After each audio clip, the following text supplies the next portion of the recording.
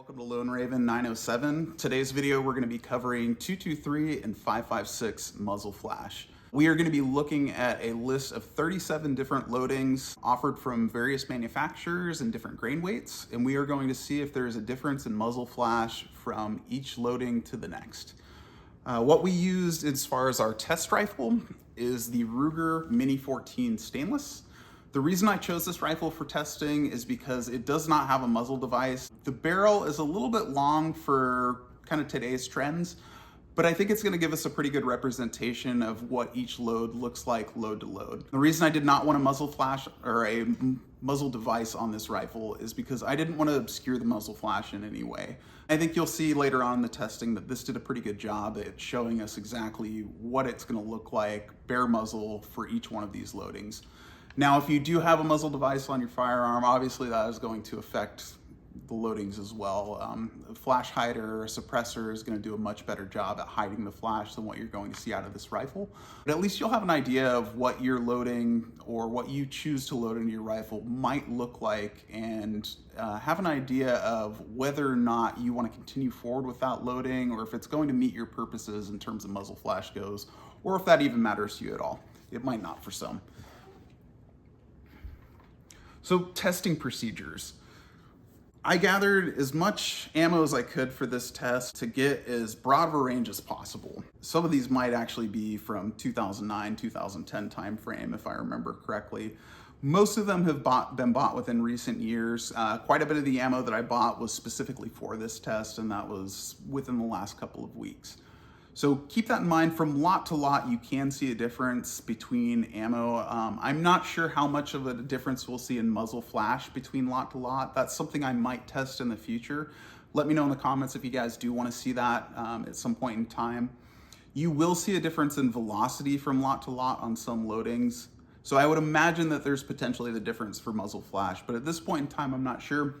I used what I had on hand, and it's a pretty good mix. So if there's a loading that you guys don't see on this listing that you would like me to test, let me know. Again, throw it in the comments. I'll see what I can do, see if I can get a hold of it, and see if I can get out and actually do some testing on it in the future. I do plan on keeping these loads on hand in order to gather some velocity data, maybe do some additional tests for accuracy and some other stuff in the future. I'm gonna list in the description each load, where it's at as far as the order in the video, and what the lot number is for that loading. So if you guys want to do any additional research on that specific load, when it was made, things like that, you can. Some of the lot numbers were obscured, rubbed off, or just hard to find on the boxes. There's a lot of numbers, and some of them aren't very clear which one is the lot number. I did put a question mark on the ones that I was unsure of. So if you guys want to look that stuff up, a few of these loadings might be incorrect, but it'll be listed in the comments which ones there's questions on. Some of it was pretty clear. I used a silhouette target backer on the side of this rifle in the background of the video to capture some of that flash. I went with a piece of white cardboard because I figured that would do a good job at reflecting some of it back. So why did I do this test? For quite a few years, I have been curious about the difference between muzzle flash and different loadings. I have done a decent amount of shooting at nighttime. I've done some night vision shooting, some low light training, and I have noticed a difference between loads, but I've never tested this out on the large scale. Now, I do understand that I do not have laboratory conditions to test this, so take this with a grain of salt. I can only control so much as far as the environment goes. What I think could potentially affect muzzle flash, aside from the loading itself, temperature, humidity, elevation, wind conditions, basically all of the same things that would likely affect ballistics, I would imagine affect muzzle flash to some degree. I did use 3 rounds of ammunition for each loading. I did that because I figured one load was not going to necessarily give us the most consistent results, and I didn't want to burn through too much of this ammunition since I do want to keep some of it on hand for the future. So three shots for each I figured was a pretty good starting point to see where we're at. And you'll see in the video, there's really not much of a difference from shot to shot on each of these loadings for the 3 rounds. There is a difference on a few of them, but most of them stay pretty consistent. I'm going to link together all of these videos. That way, magazine changes, Any breaks in firing are not there. So the video is going to be edited to kind of merge everything together. Whether or not muzzle flash is going to matter much for you is really going to be a personal decision or a personal assessment. For some people, it might matter a lot. If you do a lot of shooting with night vision goggles, if you are in low light conditions training frequently, or you suspect that you're going to be using that firearm in low light for whatever reason, it's probably something worth considering. There are things you can do aside from the load itself to affect your muzzle flash, like a suppressor, flash hider, things like that, that will definitely also give you some pretty good results as far as calming a flash down. But the load itself is one of the biggest components of that equation. If you're just somebody that target shoots, you don't count on a firearm for defense in any role, you're not the type of person that uses any of these loadings for defensive purposes, and this probably isn't going to matter too much for you.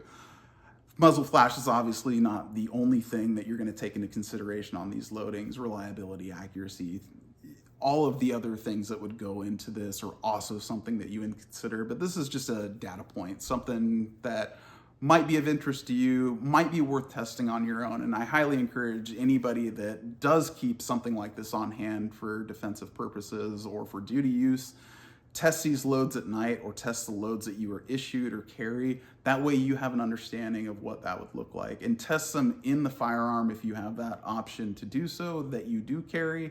That way you know how that particular gun is going to respond to that particular type of ammunition. Try to test more than one lot of that loading. If you find a lot that your firearm likes more than another lot, purchase as much of that as you can afford to do so or is reasonable for your situation. I do understand that not everybody's going to have the budget or the resources available to conduct testing like this, but it's always a good idea to do what you can within your means as far as carry the best ammunition that you can carry, use the best range ammunition that you can afford to use if it fits your lifestyle or fits your goals as far as training goes.